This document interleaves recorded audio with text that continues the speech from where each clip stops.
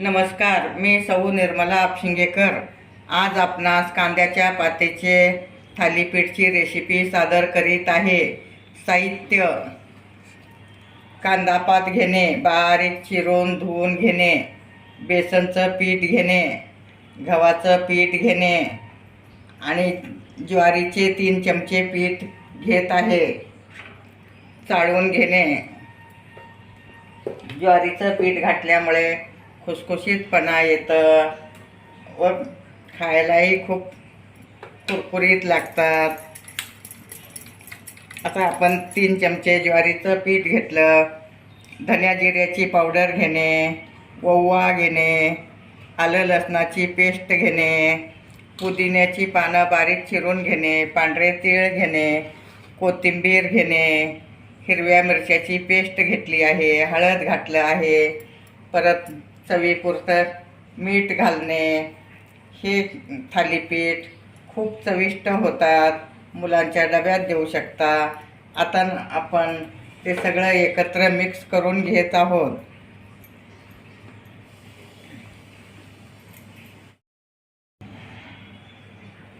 आता आपण दही घालत आहोत।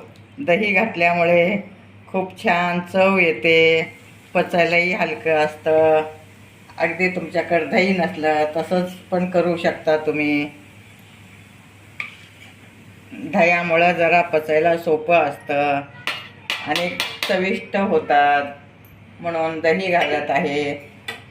आता छान मळून घेणे दह्यात, मग कमी पडलं तर थोडं पाणी घालणे। आता आपलं पीठ मळून झालं आहे, अगदी छान मुरलं पण आहे। आता कॉटनचा कपडा घेणे आणि फडक्याला पाणी लावून घेणे। पाणी लावल्यामुळे थालीपीठ छान थापलं जातं। असे गोळे करून घेणे आणि फडक्यावर थापणे। आता एक थापून दाखवते मी। ह्या टाईपमध्ये तुम्ही थापू शकता। अगदी हिरवेगार छान दिसत आहेत। तुम्ही सुद्धा घरच्या घरी करू शकता।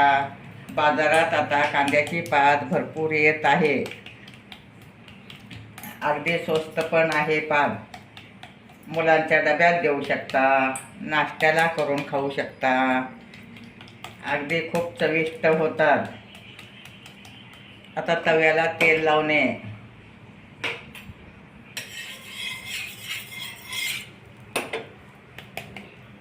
अगदी जेवढं पातळ पाहिजे तेवढं पातळ तुम्ही थापू शकता।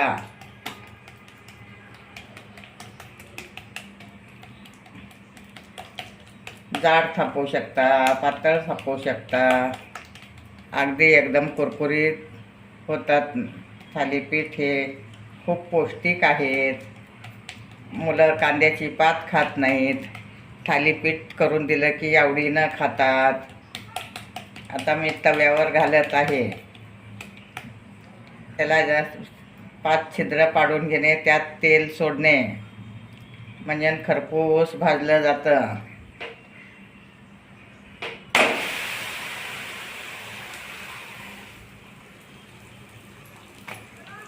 वर तेल सोडणे।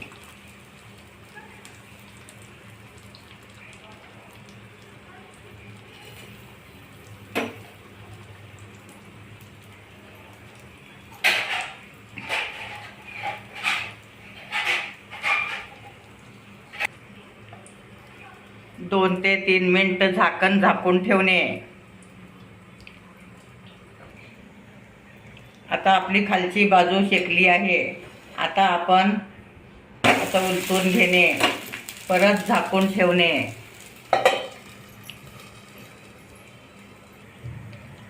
आता आपण इकडची थोडी बाजू शेकून घेणे। तुम्ही पाहू शकता खरपूस भाजून झालं आहे।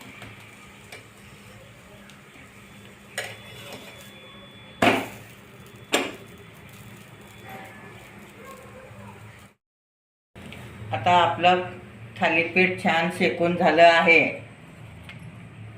कांद्याच्या पातीचे थालीपीठ तयार आहे। गरमागरम माझे व्हिडिओ लाईक शेअर सबस्क्राईब करा आणि दह्यासोबत थालीपीठ खावा.